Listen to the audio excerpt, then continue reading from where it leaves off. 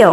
ഇല്ല, ചോദിച്ചു വാങ്ങി എന്നൊക്കെ പറയുന്നത് ഇതിനെയാണ്. അപ്പൊ റീസെന്റ് BTS ഫിഫ വേൾഡ് കപ്പിൽ പെർഫോം ചെയ്തിട്ട് ആ ഒരു പെർഫോമൻസ് കഴിഞ്ഞത് തൊട്ട് ചിലർക്കൊക്കെ കുരു പൊട്ടി എന്നുള്ളതിന്റെ റിയാക്ഷൻസ് നമ്മൾ കണ്ടുകൊണ്ടിരിക്കുകയാണല്ലോ. അപ്പൊ അതിൽ പല type reactions like hate, accusations അങ്ങനെയൊക്കെ ഉണ്ടായിരുന്നെങ്കിലും ഈ കാണുന്ന പയ്യൻ പറഞ്ഞ കാര്യം കുറച്ച് സീരിയസ് ആയിട്ടുള്ള ഒരു സംഭവമായിരുന്നു. അപ്പൊ ആ പയ്യൻ പറഞ്ഞതിൽ ഒരു കാര്യം ഇങ്ങനെയായിരുന്നു, അവിടെ BTSന്റെ പെർഫോമൻസിന്റെ ആവശ്യം എന്താ, ലൈക്ക് അവരവിടെ നെസസറി അല്ലായിരുന്നു എന്നുള്ളൊരു ടേമിലായിരുന്നു പറഞ്ഞിരുന്നത്. ഓക്കെ, പക്ഷെ അത് കഴിഞ്ഞിട്ട് അവൻ പറഞ്ഞ വേറൊരു കാര്യം ഉണ്ടായിരുന്നു. അത് കുറച്ച് സീരിയസ് ആയിട്ടുള്ള ഒരു ഇഷ്യൂ ആയിരുന്നു. ലൈക്ക് BTS അവിടെയുള്ള കുട്ടികളെ ടച്ച് ചെയ്തിരുന്നു. ഇന്റൻഷൻ വളരെ ക്ലിയർ ആയിരുന്നു, ബാഡ് ആയിട്ട് ടച്ച് ചെയ്ത പോലെ എന്നുള്ള ഒരു ഇന്റൻഷനിലായിരുന്നു പറഞ്ഞിരുന്നത്.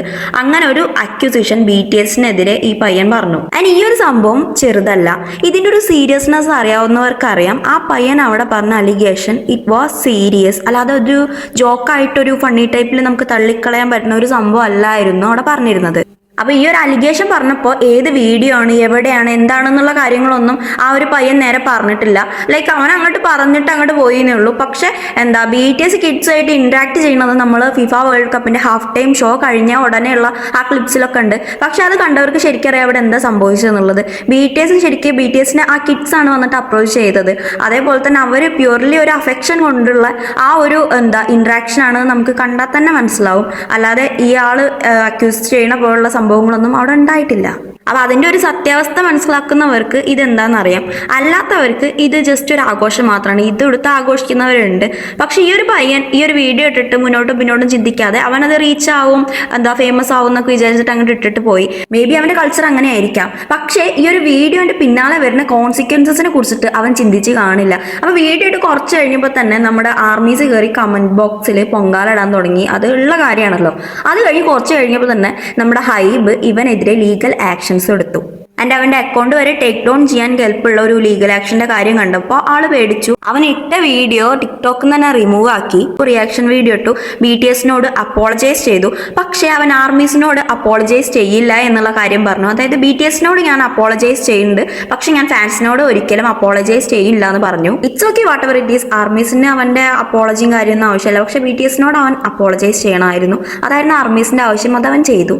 അപ്പോൾ ഈ ഒരു സംഭവം കഴിഞ്ഞിട്ട് ഈ ഒരു അപ്പോളജി പറഞ്ഞ ആ ഒരു വീഡിയോയിൽ അവൻ വേറെ കാര്യങ്ങൾ പറയുന്നുണ്ട്. അതായത് BTS ആർമീസ് കുറെ അവനെതിരെയുള്ള കമന്റും കാര്യങ്ങളും വന്നു വരുമല്ലോ ഒബിയസ്ലി. അത് മാത്രമല്ല, ഡെത്ത് ത്രെറ്റ്സ് വന്നു അവനെതിരെയായിട്ട് ആർമീസിന്റെ അടുത്തുനിന്ന്. അതൊക്കെയാണ് അവൻ പറഞ്ഞത്. അതായത് അവന്റെ അമ്മ ഉള്ളപ്പോൾ അവന് ഡെത്ത് ത്രെറ്റ്സ് വന്നു എന്നുള്ള കാര്യങ്ങളൊക്കെയാണ് പറയുന്നത്.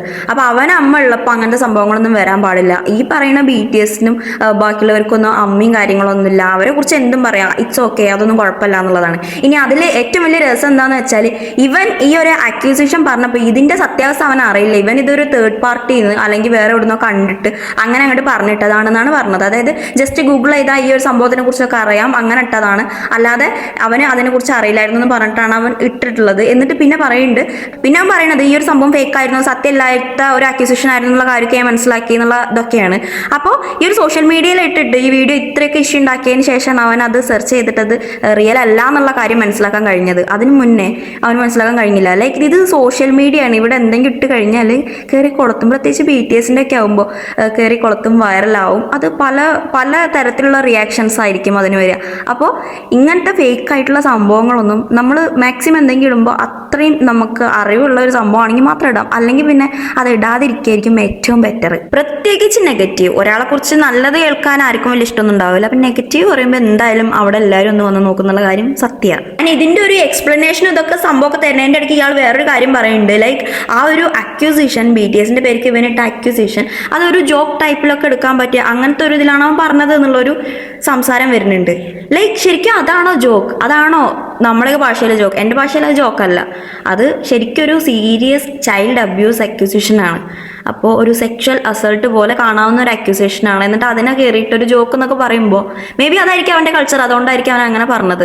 അത് ശരിക്കും അവൻ്റെ തലയിൽ ആരെങ്കിലും അങ്ങനെ പറഞ്ഞിടണം. അപ്പോൾ അവന് മനസ്സിലാകുമ്പോൾ അത് എത്രത്തോളം സീരിയസ് ആണ് ആ ഒരു കേസ് എന്നുള്ളത്. ഒരു കേസ് ഇപ്പോൾ ഉണ്ടായിട്ടുള്ളത് ടിക്ടോക്കിലാണ്. ഇങ്ങനെയുള്ള കുറേ സംഭവങ്ങളൊക്കെ ടിക്ടോക്ക് ത്രൂ ആണ് നടക്കണ കണ്ടിട്ടുള്ളത്. അതുകൊണ്ട് തന്നെ നമ്മൾ ഇന്ത്യൻ ആർമീസിൻ്റെ അടുത്തേക്ക് ഇത് എത്തുമ്പോഴത്തേക്ക് കുറച്ച് ലേറ്റ് ആയി കാണും. ലൈക്ക് നമുക്കിത് റിപ്പോർട്ട് ചെയ്യാനോ അല്ലെങ്കിൽ ഒരു ഇത് ചെയ്യാനോ ഒന്നും ഉള്ളൊരു ടൈമൊന്നും കിട്ടില്ല. അതിൻ്റെ ഉള്ളിൽ ഈ സംഭവം കഴിഞ്ഞിട്ടാവും ചിലപ്പോൾ നമ്മൾ അറിയണത്. എന്തായാലും ഇപ്പോൾ അവന് മതിയായി കാണും. ആർമീസിന്റെ വകയും ഹൈബിന്റെ വകയും എല്ലാം കൂടി കിട്ടി കഴിഞ്ഞപ്പോൾ സമാധാനമായി കാണും. അപ്പൊ ഞാൻ ഇതാണ് ആദ്യം പറഞ്ഞത്, കിട്ടിയോ ഇല്ല ചോദിച്ചു വാങ്ങിച്ചു എന്ന് പറഞ്ഞില്ലേ. ഇതൊക്കെ കാണുമ്പോൾ ഒരു നിമിഷം ചിന്തിച്ചു പോവാണ്, BTS ഇതിനാണ് അവിടെ പെർഫോം ചെയ്യാൻ വന്നത്? ലൈക്ക് ഇമാതിരി ഫോൾസ് ആയിട്ടുള്ള ബേസ്ലെസ് ആയിട്ടുള്ള അക്യൂസേഷൻസും കാര്യങ്ങളും കേൾക്കാൻ വേണ്ടിയിട്ട് അതിനൊന്നല്ല അവരവിടെ വന്നത്. ലൈക്ക് വിത്തൗട്ട് ഇവൻ ഗെറ്റിംഗ് പെയ്ഡ്, അവർക്ക് അവിടെ വരുന്നതിന് ക്യാഷ് പോലും, അവരെ അപ്പിയറൻസിന് ക്യാഷ് പോലും കിട്ടണില്ല. അതൊന്നും വാങ്ങിക്കാതെ despite of their busy schedule, ഒരു ഒഴിവില്ലാത്ത ആ ഷെഡ്യൂളൊക്കെ വെച്ചിട്ട് അവർ ഇവിടെ പെർഫോം ചെയ്യാൻ വന്നത് ഒരു ചാരിറ്റിന്റെ ഭാഗമായിട്ട് മാത്രമാണ്. ലൈക്ക് ചിൽഡ്രൻസ് എഡ്യൂക്കേഷന് വേണ്ടിയിട്ട് FIFA global citizen education fund rising പ്രോഗ്രാമിന്റെ ഒരു ഭാഗമാവാനാണ് BTS കാര്യമായിട്ട് അവിടെ വന്നത്. ബിക്കോസ് ചാരിറ്റി ഡൊണേഷൻ അങ്ങനെയുള്ള കാര്യത്തിലൊക്കെ BTS എത്രത്തോളം ജനറസ് ആണ് എന്നുള്ളത് ഒരുപാട് കാര്യങ്ങളിൽ നിന്ന് നമുക്ക് മനസ്സിലായിട്ടുണ്ട്. അല്ലാതെ ഇത്രത്തോളം എസ്റ്റാബ്ലിഷ്ഡ് ആയിട്ടുള്ള, ഇത്രത്തോളം ഫേമസ് ആയിട്ടുള്ള BTS പോലുള്ള ഒരു ബോയ് ബാൻഡിന് അവിടെ വന്നിട്ട് ഒന്നും കൂടെ ഫേമസ് ആവേണ്ട ആവശ്യമൊന്നുമില്ല.